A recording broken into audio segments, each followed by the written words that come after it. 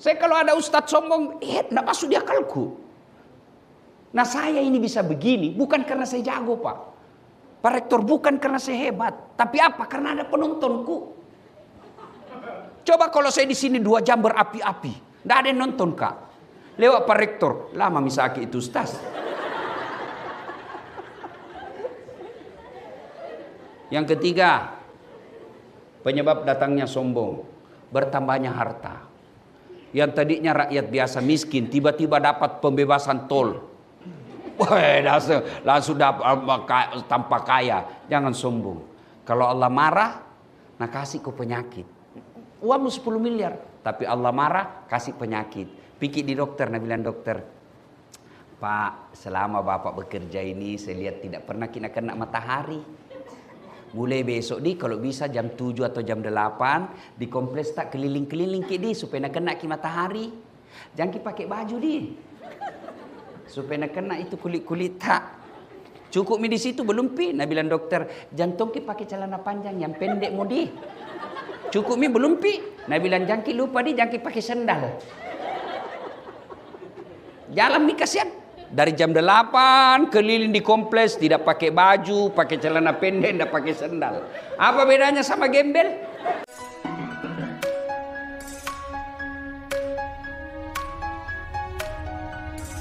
Nah ibu bapak saudara-saudara sekalian, saya dikasih tugas tentang ini.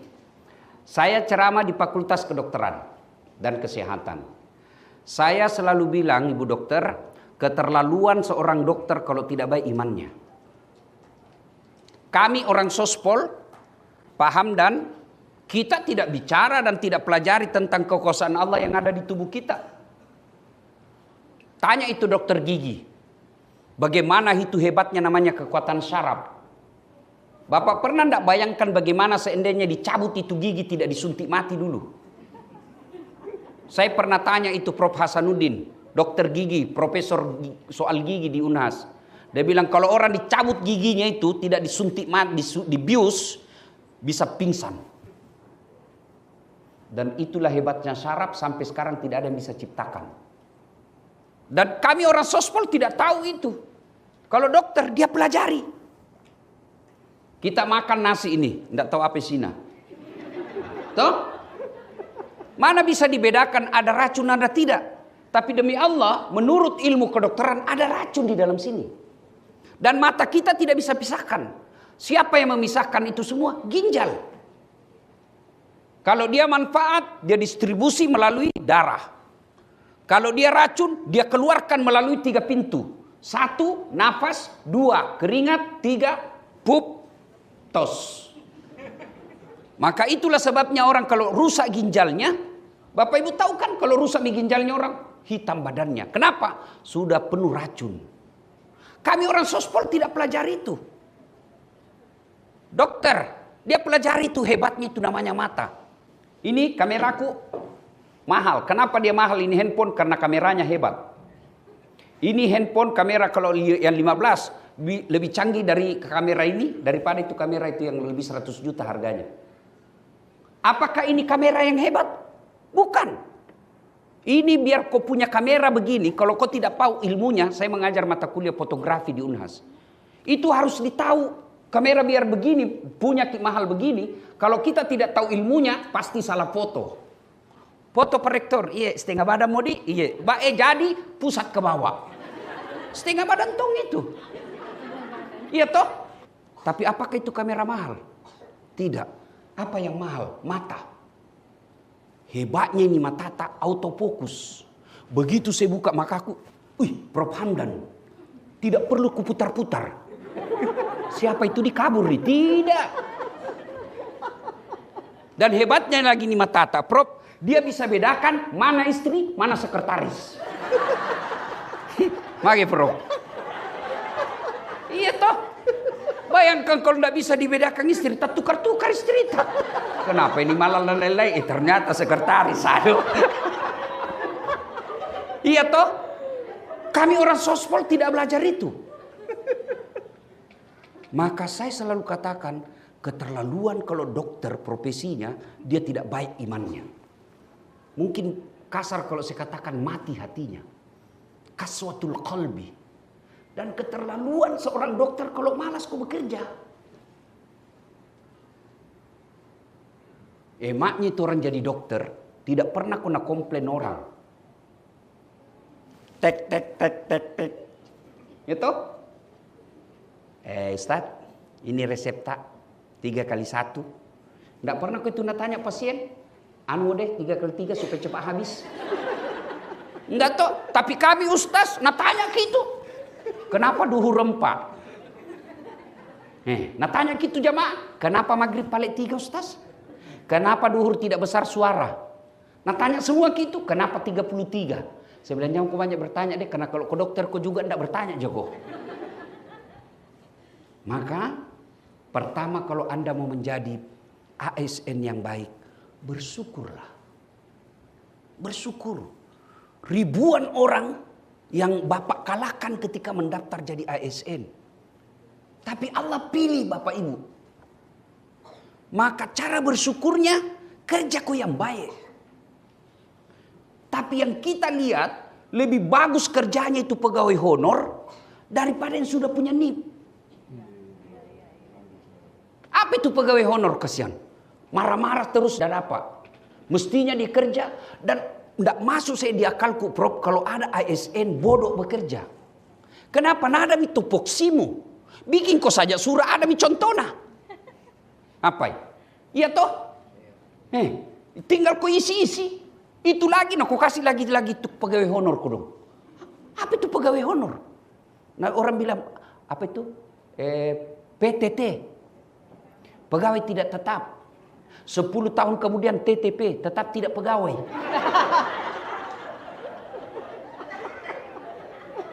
Maksudku saya toh, kalau kau sudah jadi ASN, bersyukur kau. Dengan cara apa? Bekerja kau yang baik. Kenapa banyak ASN tidak bagus kerjanya? Karena dia bekerja bukan lillahi ta'ala. Kalau niatmu lillahi ta'ala, insya Allah ulang-ulang kau runtuk gaji. Tiap tahu kau menrek pangkatmu, maruntuk toko amal aku akhirat. Bulan-bulan kau dapat pahala gaji, tahun-tahun kau kena pangkat, akhirat pun kau dapat pahala. Kenapa? Karena kau jadi dokter melayani orang. Kau jadi dosen mengajar orang. Tapi kalau kau hanya cari muka sama Pak Rektor, muruntuk mukanya. Tapi kau tidak dapat pahalamu. Di akhirat nanti ya Allah mana pahalaku? 30 tahun saya jadi dosen Fakultas Kedokteran dan Kesehatan Masyarakat di UIN. Mana pahalaku? Malaikat berteriak balle-balle. Bohong jitu kalau dia bekerja karena mau dapat gaji, cari muka. Maka dia pun Allah Ta'ala, kau dapat mito, kau dapat mi. Apa yang kau minta di dunia kau dapat. Maka saudaraku bersyukur kepada Allah dengan cara apa? Bekerja yang baik. Itulah sebabnya kita orang Islam yang namanya etos kerja, niat. Coba buka deh buku fikih ibadah. Semua ibadah yang kita lakukan, itu kalau bicara sudah rukun-rukun, nomor 1 pasti niat. Coba buka rukun puasa, rukun haji, rukun sholat, niat itu nomor 1. Kenapa? Karena niat ini penting. Itulah orang Bugis selalu mengatakan, pada cengi niatmu nak. Jak mucakkan niat. Kalau salah kau niatmu, capek kau bekerja. 30 tahun jadi ASN, tidak ada dapat akhirat. Begitu pensiun, mulai makin sakit-sakit. Gampang tersinggung. Kumpul mi semua penyakit. Tidak ada mi orang mau datangi ki. Ada mantan pejabat Nabi bilang, deh dunia begini Ustaz. Saya bilang jangankan manusia Pak. Kucing saja. Kalau nak tahu tidak ada ikan di rumahmu, tidak masuk itu. Maka Pak Rektor itu banyak orang datangi ki. Waktu tak masuk rumah jabatan Pak, banyak orang datang. Tapi begitu nanti keluar ke rumah jabatan, kamu pembantu tidak mau miantar ki. Nah, kalau kau niatmu cari muka, pasti kau stres. Tapi kalau niatmu lillahi ta'ala, bahagia. Tanya memang niat iko lo sapa, pun Allah ta'ala melok pakai sini. Maka orang yang bekerja lillahi ta'ala, dia mengajar baik, ya. Dia jadi cleaning service baik, dimarahi tidak tersinggung. Karena tong itu pegawai, dikasih pekerjaan. Sudah Ibu, sudah Pak. Tinggal di print. Belum sudah namanya itu. Ketawa kok karena kau begitu semua.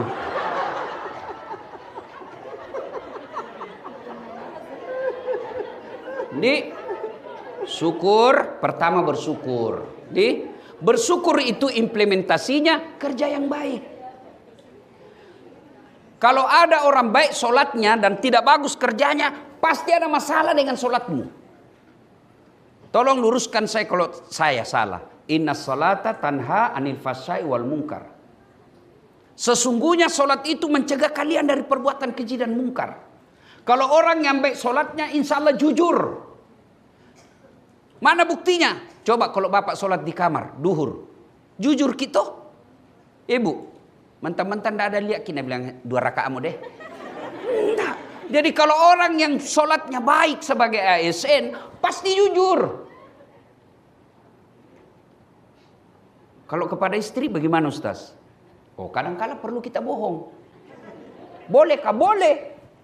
Ada 3 bohong yang dibolehkan dalam agama. Satu di antaranya, bohongnya seorang suami untuk menyenangkan hati istrinya. Itu boleh. Tambah cantik kau kuliah sayang. Padahal manalah tambah cantik dan tambah tua. Mak belemu tuh. Tapi perempuan suka, biar dibohongi. Mama Nece itu kalau ku kasih tahu senyum-senyum, tambah muda ki kuliah. Padahal ku tahu-tahu bilang saya bohong. Ya. Tapi kalau soal kerja, jujurlah. Karena ketika kau bohong, maka akan menutupi semua kejujuranmu. Saya, orang-orang di sekeliling saya yang kerja sama saya selalu sampaikan. Kau jujur sepahit apapun. Dan kalau kau bohong, insya Allah dengan izin Allah pasti saya tahu. Saya tidak tahu kenapa, tapi ada tong kelebihanku. Kalau orang bohongi Kak, kalau enggak saya tahu sekarang, suatu waktu saya pasti tahu dia bohong. Maka kalau kau salah, jujur. Kalau kau dikasih amanah, jujur. Kalau disuruh kau bikin kue 10, bikin kau 10. Jangan kau 9 kau bikin. Baru kau lapor 10. Bikin kau pelatihan 1 bulan pelatihanmu, jangan kau diskon 13 hari. Kalau kau dapat memang duniamu. Muruntuk ya rum sapai lino, muruntuk duit tapi dia nama barakah. Kalau sudah tidak berkah itu kau punya hidup dalam bekerja, maka anakmu anak durhaka. Istrimu melawan. Ya? Jujur. Apalagi orang yang sholat. Pasti bersih. Mana buktinya orang sholat bersih? Tidak mungkin Bapak sah sholatnya kalau tidak wudu. Kecuali dalam keadaan darurat. Tayamum. Jujur. Kemudian bersih. Kemudian disiplin. Orang yang bagus sholatnya pasti jadi ASN yang disiplin. Mana buktinya? Tidak mungkin kau sholat duhur jam 5. Tidak mungkin kau sholat subuh jam 10 pagi. Kecuali ketiduran. Kalau ketiduran, Allah masih tolerir. Kalau tiap pagi, kurang ajar kau namanya. Orang pasti disiplin. Ini mau saja deh nilai-nilai sholat kau amalkan dalam sebagai ASN, insya Allah baik kerja. Apalagi yang dibutuhkan seorang ASN, fokus. Banyak orang gagal bekerja karena tidak fokus. Apakah betul orang sholat fokus? Iya. Mana simbol fokus dalam sholat? Kiblat. Orang kalau sholat harus cari ilmu, syaratnya cari dulu. Kecuali dalam hutan tidak ada cahaya, tidak ada sama sekali, menghadap kemana saja boleh. Maka ketika bekerja, fokus. Itulah sehingga kalau dulu boleh orang profesor, meskipun sarjananya S1-nya sospol, S2-nya ilmu hukum, S3-nya administrasi. Boleh dulu. Kalau sekarang Prof, tidak bisa toh, harus linear. Itu fokus namanya. Itulah sehingga dalam ilmu kedokteran ada toh namanya spesialis. Fokus ki. Dokter umum dulu. Kurang pasien. Ya, baku tahu jadi semua bila. Gitu? Nah, supaya banyak pasien, kita sekolah THT. Spesialis hidung tenggorokan. Kalau saya inilah dokter paling berjasa. Kalau buat saya. Karena ini tugasnya. Hidung tenggorokan. Karena biar jago ceramah kalau tenggorokan sudah bermasalah, tidak bisa nih. Saya pernah dapat, wallahualam benar atau tidak, Ariel Peter Pan itu sekarang dilarang menyanyi. Kalau saya tidak salah, saya dapat postingan. Kenapa? Pita suara, suruh istirahat dulu. Penceramah juga begitu. Nah, maka saya selalu konsul ke THT. Telinga, hidung, tenggorokan. Mau lagi-lagi spesialis, ada lagi khusus tenggorokan. Begitu juga dengan bedah kan. Ada bedah umum. Ada lagi spesialis lagi. Bedah saraf. Bedah tulang. Nah, itu semua fokus. Jadi bekerja fokus. Yang berikutnya. Kalau orang bekerja. Mau sukses ini. Jangan takabur. Jangan matempo. Jangan sombong. Tidak ada orang suka itu orang sombong, Pak. Jangan sombong. Kalau kita berbicara tentang ASN itu kalau dulu ASN itu disebut abdi negara. Tahu namanya abdi negara? Hamba, abdi negara. Dan Quran telah memaparkan, buka lebar-lebar mau itu Quran. Ini pelajaran bagi kalian hak abdi negara. Apa? Fir'aun. Yang kedua, Masita. Masita itu abdi. Fir'aun ini rektor. Bos. Wali kota, gubernur, menteri. Ya. Kurang apa Fir'aun? Hebat itu Fir'aun. Cerdas, gagah, kaya, punya pasukan. Tapi karena takabur, sombong. Allah hinakan hidupnya itu Fir'aun. Mana buktinya Allah hinakan Fir'aun? Diharamkan masuk surga. Dia abadi dalam neraka. Karena dia sombongnya. Mana lagi laknat Allah bagi manusia zaman sekarang? Fir'aun manusia paling tinggi elektabilitasnya. Tidak ada orang Islam tidak kenal Fir'aun. Terkenal toh. Satu dunia kenal. Tapi karena sombong Allah hinakan. Mana buktinya? Tidak ada satu warga UIN mau kasih namanya anaknya nanti Fir'aun. Iya toh? Sebaliknya, Masita, abdi. Tapi karena dia baik, cinta kepada Allah, maka Allah muliakan hidupnya. Mana buktinya? Nabi Isra Mi'raj, Nabi mencium ada harum yang sangat luar biasa. Terpesona Nabi, Jibril, bawa apa ini? Harum sekali, tidak pernah kudapat harum seperti ini di dunia. Jibril menjawab, itulah rohnya Masita dan keluarganya. Apa cukup sampai di situ? Tidak, Allah lagi muliakan Masita kepada manusia zaman sekarang. Mana buktinya? Berapa banyak orang Islam namanya Masita. Maka, kalau jadi dokter kok, jangan takabur. Jangan sombong. Jadi rektor.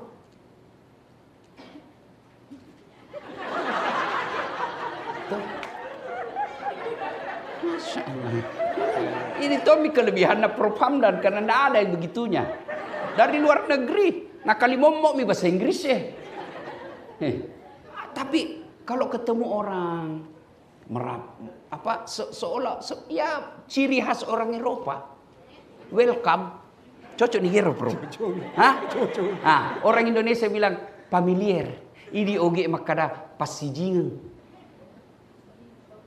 Biar bagus rumah tinggi sekolah tapi kalau sombong ki, nah biar keluarga tak mau datang itu. Jangan mau pergi rumah macingkang. Jangan bulan matempo. Iya toh? Iya. Ada orang miskin rumahnya biasa, tapi setiap pengantin orang dari kampung ke situ semua bermalam. Tidak ada yang mau datang ke rumahnya keluarganya yang mewah. Jangan sombong. Dan mohon maaf, salah satu profesi yang selalu sangat susah saya, pengalamanku, sangat susah saya ceramai dokter. Apakah sombong itu pakai baju mewah? Belum tentu. Apakah sombong itu pakai baju mahal? Belum tentu. Lalu apa itu sombong? Ulama mengajarkan 2 karakter sombong. 1, menolak kebenaran. 2, nganggap remeh orang lain. Itu masyarakat jahiliyah. Salah satu sebabnya dia dilaknat karena dia sombong. Kenapa Abu Jahal, Abu Lahab membenci Muhammad? Apa karena ajarannya Muhammad? Tidak. Tapi karena dia sombong. Apa itu Bani Hashim? Kata Abu Lahab, lebih mulia saya punya turunan daripada itu. Abu Jahal katakan bilang begitu. Abu Sofyan juga bilang begitu. Matandre iko uakmu. Iya peta. Iko uak. Hah? Kalau dalam Bugis. Itu kan sombong. Dan Bapak tahu, Ibu tahu, para dokter yang saya hormati, para dosen yang saya muliakan. Salah satu dosa pertama dilakukan makhluk kepada Allah. Sombong. Ketika suruh sujud kan. Jin, sujud kok. Kata jin, saya tidak mau. Kenapa? Adam anak baru kemarin. Saya sudah lama. Ini yang dirasakan Prof. Hamdan. Tuh. Kenapa? Beliau rektor tapi masih muda.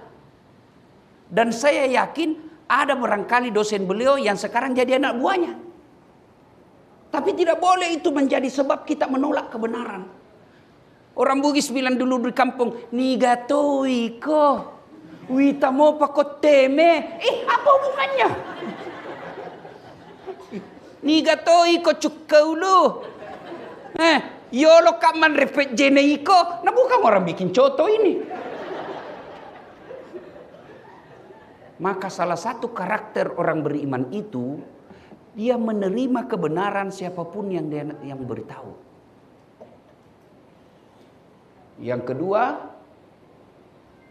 sifat karakter orang sombong itu nganggap remeh orang lain. Saya pakai baju misalnya krokodil, cap buaya. Yang itu Prof kalau asli kepalanya menghadap ke dalam. Kalau palsu menghadap keluar. Dia menjadi buaya darat.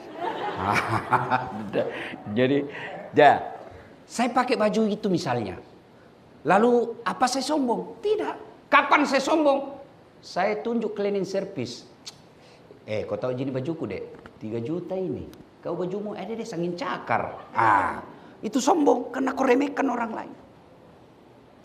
Maka mohon maaf tak dampang nggak meraja.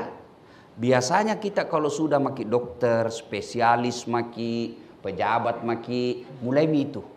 Dan itu memang pintu masuknya sombong kata Nabi 4. 1, bertambahnya jabatan. Yang tadinya dosen biasa tiba-tiba jadi rektor 2 periode. Jantung kau lihat Pak Rektor bukan ini yang ku masuk. Kau tuh prasangka buruk terus. Tuh? Bertambahnya jabatan. Yang kedua kata Nabi bertambahnya ilmu. Yang tadinya biasa-biasa tiba-tiba jadi doktor. PhD. Dari Australia lagi. Ya toh? Jangan. Apa yang kita mau sombongkan? Allah sampaikan wa ma'untitum minal ilm illa qalila. Dek waleku pak disengecek dek mi. Saya kalau ada ustadz sombong, enggak masuk di akalku. Nah saya ini bisa begini bukan karena saya jago Pak. Pak Rektor bukan karena saya hebat, tapi apa? Karena ada penontonku. Coba kalau saya di sini 2 jam berapi-api, nggak ada yang nonton Kak. Lewat Pak Rektor, lama misaki itu Ustaz. Yang ketiga, penyebab datangnya sombong, bertambahnya harta. Yang tadinya rakyat biasa miskin, tiba-tiba dapat pembebasan tol. Wah, langsung tanpa kaya. Jangan sombong. Kalau Allah marah, nah kasih kau penyakit. Uangmu 10 miliar, tapi Allah marah, kasih penyakit. Pikir di dokter, nah bilang dokter, Pak, selama Bapak bekerja ini saya lihat tidak pernah kena matahari. Mulai besok di kalau bisa jam 7 atau jam 8 di kompleks tak keliling-keliling ke di supaya nak kena matahari. Jangan ki pakai baju di. Supaya nak kena itu kulit-kulit tak.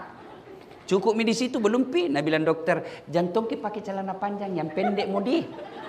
Cukup mi belum pi. Nah bilang jangan ki lupa di, jangan ki pakai sandal. Jalan mi kasihan. Dari jam 8 keliling di kompleks tidak pakai baju, pakai celana pendek, tidak pakai sandal. Apa bedanya sama gembel? Apakah sudah cukup teguran Allah? Belum. Nah bilang lagi dokter, nah bilang pasien apa lagi? Dia bilang, Pak, ini saya lihat hasil lab kita disarankan jangan makan nasi di. La haula wala quwata illa billah. Uangnya 10 miliar dilarangi makan nasi. Nah bilang miko dong, apa lagi dok? Jantung ki makan gula di. Apalagi dia bilang, jangan ki juga makan garam. Kurangi minum susu. Jangan ki makan yang berlemak-lemak. Jantung ki makan yang pedis. Jangan ki makan ayam, telur. Dalam hatinya, jadi apa je bisa ku makan dok? Nah bilang, menurut hasil lab anu je bisa kita makan ubi. Apa semua ubi, dok? Nah bilang, enggak. Ubi yang warna ungu bisa kita makan. La haula wala quwata illa billah. 10 miliar duina, ubi bisa na makan. Apa? Apa mau sombongkan dengan harta itu? Yang keempat, kata Nabi, bertambahnya popularitas dan kegagahan, kecantikan. Itu penyebabnya itu. Toh, apa mau disombongkan dengan cantik? Ibu Dekan, cantik dilihat sekarang. Tapi 70 tahun. Biar pergi kau di apakah namanya itu bleaching, apakah namanya itu ya. Skim. Itu mi. Biar kau oke lah, kau tetap awet muda tapi nak kena kau stroke. Apa? Langsung bengkok mukamu. Mak bebe nyok, jangan kau begini. Pasti kawin lagi suami ini. Ya toh? Maka kita biasanya ASN punya peluang untuk sombong kalau pulang ke kampung. Tahu wah, pegawai nak nala baca. Kege mak jama korektor UIN. Tahu agan nasi kulana poli Australia, doktor PhD.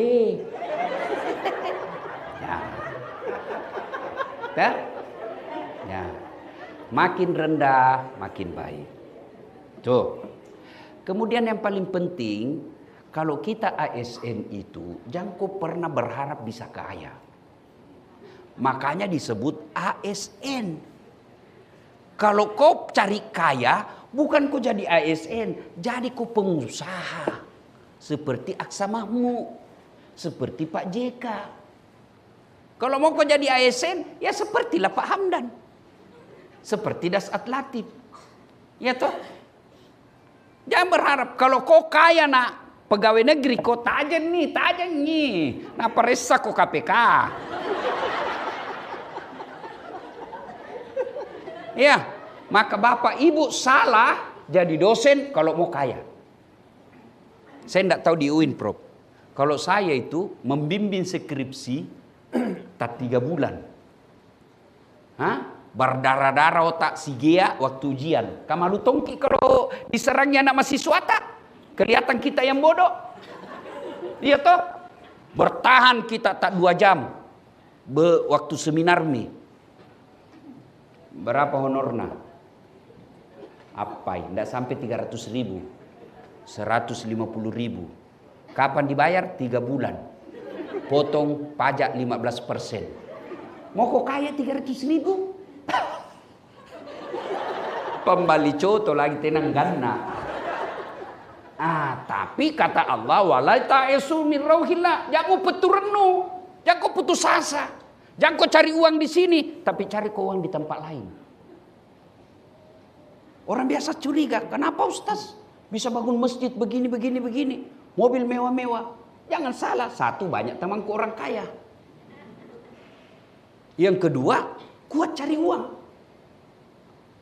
Maka kalau bapak ibu pegawai negeri itu Pak, insya Allah kau tidak akan miskin. Memang susah kaya, tapi insya Allah tidak kau miskin. Apa yang membuat kita miskin? Selera.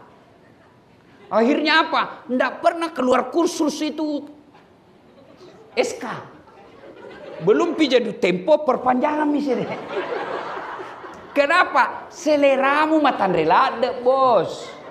Ya kau 5 juta mi gajimu siuleng, 7 juta ji gajimu 1 bulan, gaya hidupmu 5 juta insya Allah tenang kok. Kapan kau menderita? 7 juta gajimu, gaya hidupmu 10 juta.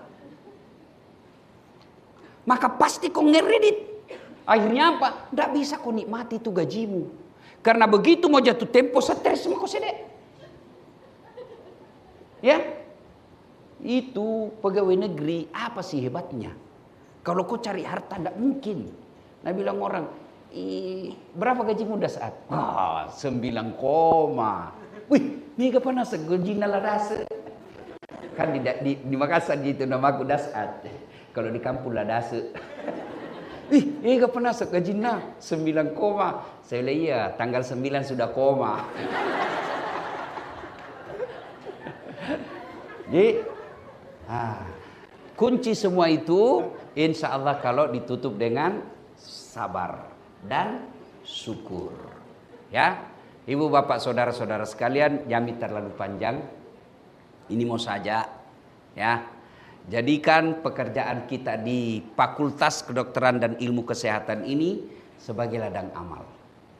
Kalau itu kita jadikan prinsip ladang amal, maka biar tidak ada perintah dari rektor, perintah dari bu dekan, pasti kita selesaikan dengan baik. Kenapa? Saya bukan cari muka sama rektorku, saya bukan cari muka sama dekanku, tapi saya mencari ridha Allah. Kalau ridhanya Allah isapa, pamasena puang isapa, insya Allah kerjanya enak. Untuk penghormatan saya kepada guru saya, rektor saya, Profesor Dr. Andes Hamdan Johannes PhD. Saya di kesempatan ini memberikan hadiah buku yang menjadi kenang-kenangan. Ya, alhamdulillah Prof, saya sudah menulis 7 buku. Ya, dia bilang orang di mana aku menulis? Itu nih kalau di atas kap pesawat 2 jam nah. Dan saya punya salah satu yang Allah berikan kelebihan. Kalau ada kupikir tidak bisa tidur kalau tidak tuntas. Sama saya pernah kan waktu saya kuliah S3 kan 2, doktor Kak juga di sini, UIN, doktor Kak juga di Malaysia. Saya sempat difitnah di koran, Tribun. Itu. Dia bilang, tidak kuliah itu. Saya tidak banyak ribut. Kasih lihat saja, posting saja nuku, ijazahku ini. Di mana saya begitu, kalau ada kumaui, tidak bisa tenang kalau tidak selesai.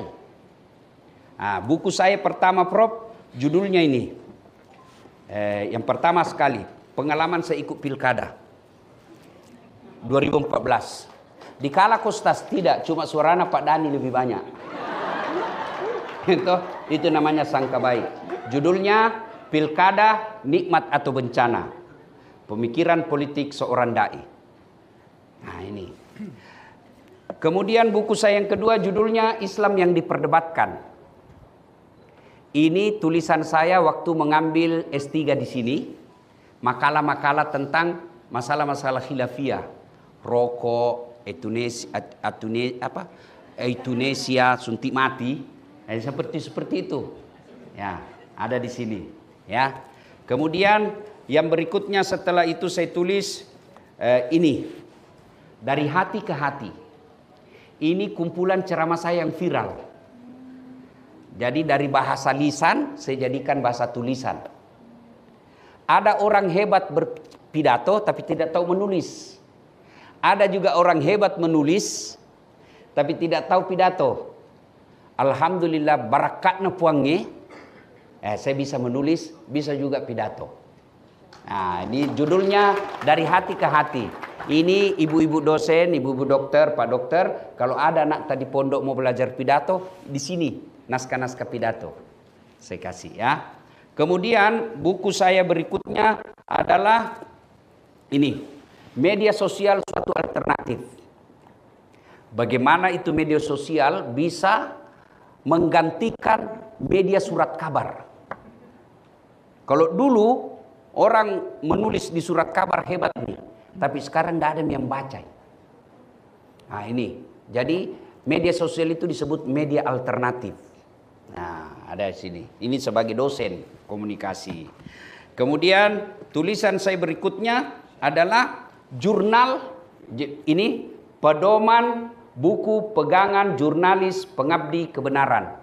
Ini intisari dari disertasi saya di Malaysia yang saya berbicara tentang objektivitas media. Tidak ada media yang objektif. Bahkan John C. Merrill katakan objektivitas itu hanya mitos, tidak mungkin. Tidak akan pernah Bapak nonton TV One mengeriti bisnisnya Abu Rizal Bakri. Ya kan? Tidak akan pernah Bapak dengar bisnisnya Pak Alwi Hamu dikeriti oleh Fajar. Nah, itu tidak akan, ya. Nah, ini. Kemudian lama berikutnya, nah ini intisari daripada disertasi saya di UIN. Ini. Napas hukum Islam dalam membangun kerukunan umat beragama. Maqasidul Syariah, dari bagaimana menciptakan kerukunan umat beragama. Nah, ini. Yang terakhir ini pengalaman hidup saya. Judulnya Bapakmu boleh miskin, tapi Tuhanmu maha kaya. Nah, ini saya tidak bagi-bagikan semua ke kita. Panrak nakke. Toh, bagaimana caranya? Pima kita toko Gramedia, ada semua di situ. Saya persembahkan dengan penuh penghormatan kepada guru saya, dosen saya, Bapak Rektor, Profesor Dr. Andes Hamdan Johanis, PhD.